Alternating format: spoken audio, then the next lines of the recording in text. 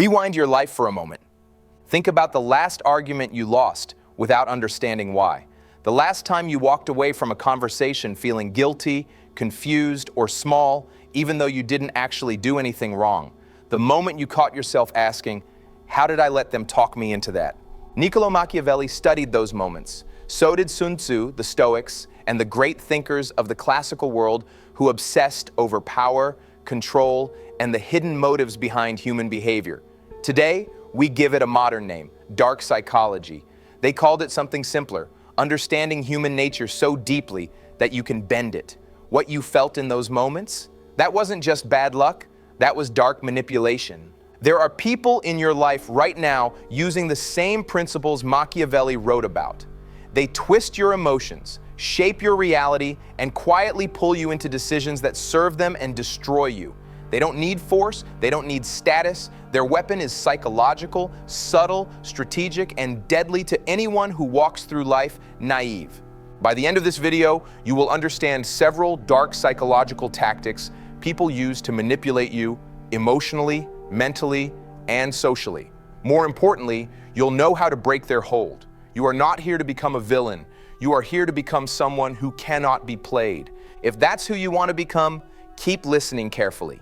Before we get into the tactics, accept one hard truth the classical thinkers understood very clearly. Most people would rather feel comfortable than see clearly. You want to be liked, you want to avoid conflict, you want people to understand your heart, they want leverage. While you're busy explaining yourself, justifying yourself, and oversharing to be understood, manipulators are mapping you. Machiavelli would say they are studying your nature. They're tracking what makes you flinch, what makes you panic, what makes you apologize. They are building a psychological profile so precise that they can move you with a sentence, a silence, or a sigh. Most people play life like an honest game of checkers. Manipulators play it like chess in the dark.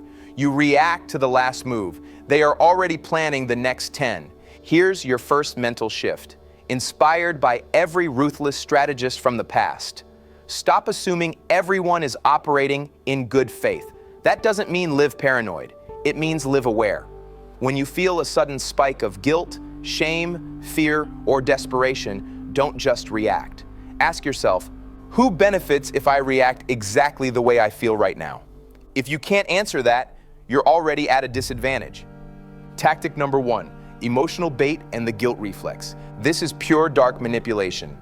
It works especially well on good, empathetic people. Psychologists today talk about guilt proneness. Machiavelli would simply call it a weakness to exploit. Manipulators study what makes you feel like a bad person.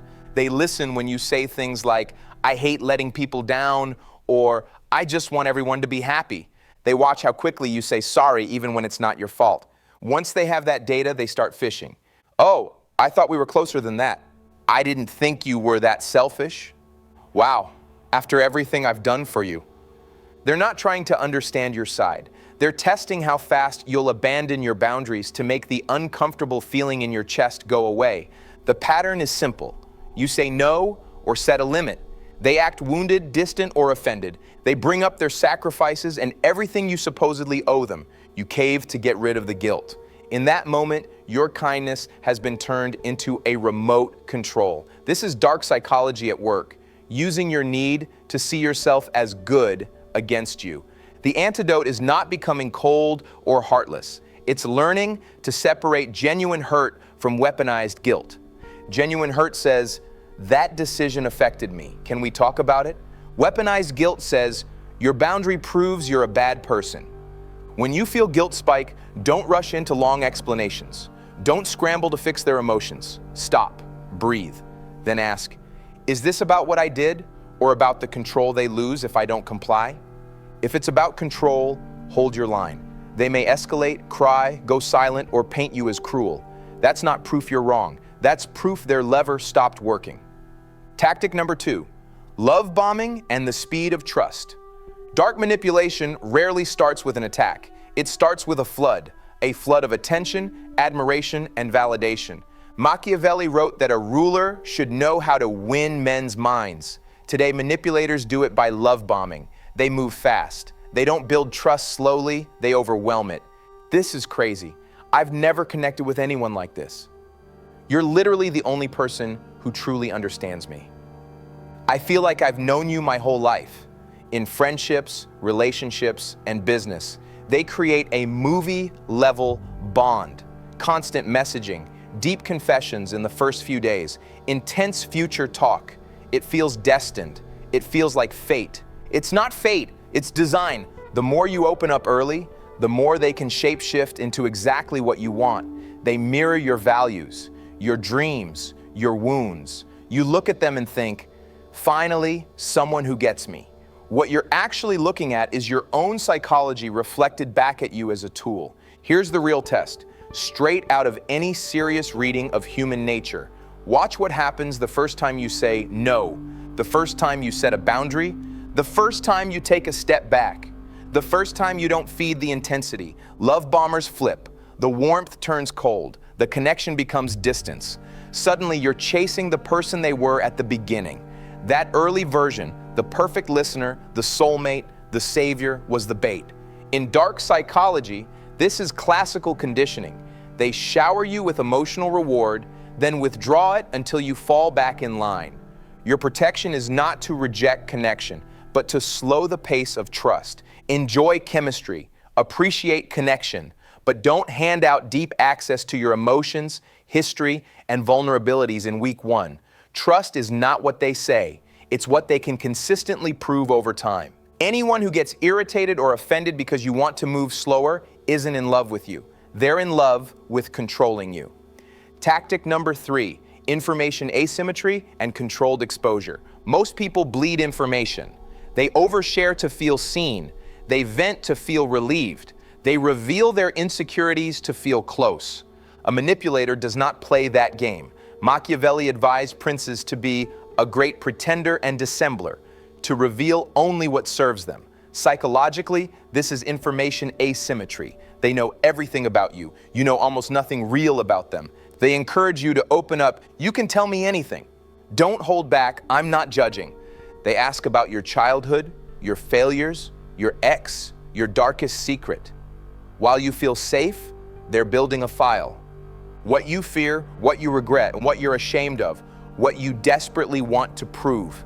Then they share curated vulnerability back. A sad story where they're always misunderstood. A confession that conveniently makes them look deep, damaged, and noble.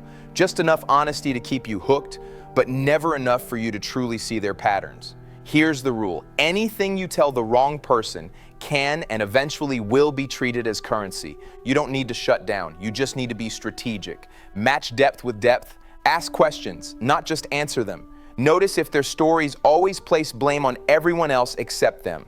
A manipulator's power lives in what you assume about their character, not what you've actually seen proven over time. Classical philosophers warned about people who appear virtuous rather than being virtuous. You're seeing the same pattern in modern clothing. Tactic number 4, narrative control and forced defense. Dark manipulation is obsessed with one thing, controlling the story. Whoever frames the narrative first usually wins. Psychologists call this framing and priming. Machiavelli simply knew. If you define someone early, people will filter everything they see through that definition. A manipulator will quietly position you as the problem long before you realize there is a problem. They'll say to others, "I'm worried about them. They've been really unstable lately." They can be a bit dramatic, but I try to be patient. "They've just been off. I don't know what's going on." By the time conflict happens, you're not starting from neutral. You're starting from a story where you are already the unstable one, the emotional one, the problem. Your reflex is to defend yourself. "I'm not like that. That's not what happened." "You don't understand. Let me explain." But the more you explain, the more guilty you look. The more emotional you get, the more you confirm the script they wrote. Look how dramatic they are. In power dynamics, endless self-defense is often a disguised form of submission. You're accepting their frame by feeling obligated to argue inside it. So what do? You stop playing the role they wrote. You do not chase every rumor. You do not explain your character to people committed to misunderstanding you. You do not beg to be seen correctly by those who already chose their side. You let time and consistency become your proof. When you do speak, you keep it simple and calm. I'm aware of some things being said. I'm not going to fight gossip. I'll let my actions speak. That sentence has more power than pages of emotional defense. It shifts you from defendant to observer. In terms of dark psychology, you refuse to be pulled into a reactive emotional posture. You stay composed. That composure is a weapon. Tactic number 5, isolation and divide and rule. Any serious strategist, from ancient generals to modern psychologists studying control, knows this principle. Never attack a united enemy. If someone wants real control over you, they cannot allow strong, independent voices around you. So they attack your support system in slow motion, often under the disguise of just being honest or looking out for you. They criticize your friends. I don't like their energy. I don't think they actually support you. They undermine your family. Your parents don't really understand you. Your siblings are jealous. I see it. You just don't want to. They plant suspicion about anyone who might challenge their behavior. She's fake. She talks about you when you're not there. He's always been controlling with you. I've noticed it for a while. Slowly, you stop opening up to the people who would say, this is not okay. You stop sharing details. You stop asking for feedback. The manipulator becomes the main interpreter of your reality. Sometimes they go further. They tell one version of a story to you, another version to someone else, then step back and watch the conflict explode. While everyone else is confused, angry, and divided, they look calm and reasonable. Divide, distract, rule. Your defense is to track isolation patterns early. If someone consistently positions themselves as the only one who truly understands you, while constantly lowering your trust in everyone else, this is not deep love. It is strategic control. Healthy people are not threatened by you having other strong relationships. They're happy when you're supported. Unhealthy people need you emotionally cornered, so their dark manipulation has no competition. No matter how intense the bond, maintain at least one person who knows the full reality and is not tied to the manipulator. Someone who will tell you the truth, not what keeps the peace. If you feel the need to hide what's happening from people who genuinely care about you, take that as a warning. Not that you're private, but that something is very wrong.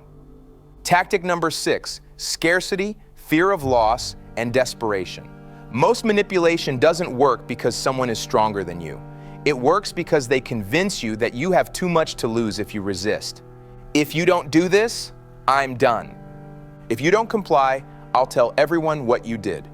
If you don't agree, you'll never get this chance again. This is classic dark psychology. Create artificial scarcity, urgency, and catastrophe. Put your nervous system into panic. Once you're in fear, your thinking collapses. You don't evaluate, you obey. You'll sign contracts you shouldn't sign. You'll stay in relationships you should have left. You'll betray your own values just to avoid immediate loss. The most dangerous position you can be in is needing someone more than they need you. The more your identity, income, or emotional stability depends on one person or one group, the easier you are to control. So what's the antidote? Detachment. One of the core teachings behind almost every ancient school of thought, from Stoicism to Eastern philosophy.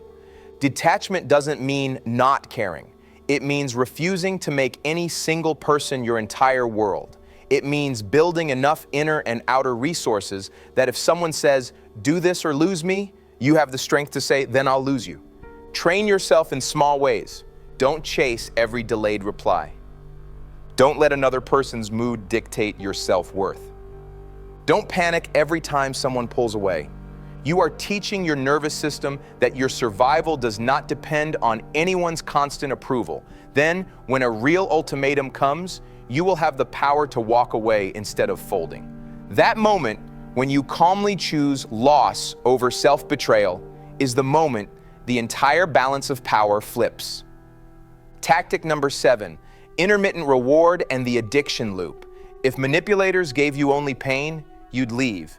If they gave you only pleasure, you'd get used to it. So they do something far more sophisticated, something every casino and social platform also uses: intermittent reward. Sometimes they're kind, loving, attentive. Sometimes they're cold, distant, or cruel. You never know which version you're going to get.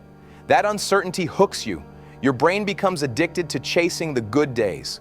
They ignore you for days, then send a heartfelt message. They humiliate you, then later cry and say, "I don't know what came over me, you mean so much to me." They create chaos, then soothe you, so you associate relief with them as well. You stop asking, "Is this relationship healthy?" and start asking, "How do I get back to the way it was at the beginning?" But that beginning was part of the trap. The good moments were never separate from the manipulation. They were essential to it. The only way to break this psychological loop is to stop treating temporary kindness as proof of permanent character. You do not measure someone by how nice they are when they want something. You measure them by how they act when you disappoint them, say no, or hold a boundary. Stop rewarding inconsistency. When they disappear and come back like nothing happened, do not immediately reset everything to normal. When they insult you and later call it just a joke, do not laugh it off. When they cross a line, do not let their short-term affection erase the memory of the damage. Define your own standard of treatment. Then train your body and mind to be loyal to that standard, not to their roller coaster. That's when the addiction starts to break. Now, for the part most people won't admit, you have used some of these tactics too, maybe not consciously, maybe not with the intent to harm, but almost everyone has guilt-tripped someone. Almost everyone has tried to control a narrative to avoid embarrassment. Almost everyone has withdrawn affection to get a reaction. Understanding dark manipulation is not just about spotting villains out there. It's also about confronting the manipulative tendencies in you. Because if you don't become free. You just become the next person using pain, confusion, and fear to get what you want. Power without self-awareness is exactly what thinkers like Machiavelli warned about. The kind of power that destroys both others and yourself. Use this knowledge for 3 things only: to see clearly when someone is trying to control you, to stop unconsciously controlling others, to become strategically intelligent without sacrificing your integrity. You can be mysterious without being deceitful. You can be detached without being cold. You can be immune to manipulation without becoming a manipulator. That is the goal. If you recognize these patterns in your life, start small. Pick the tactic that hit you hardest.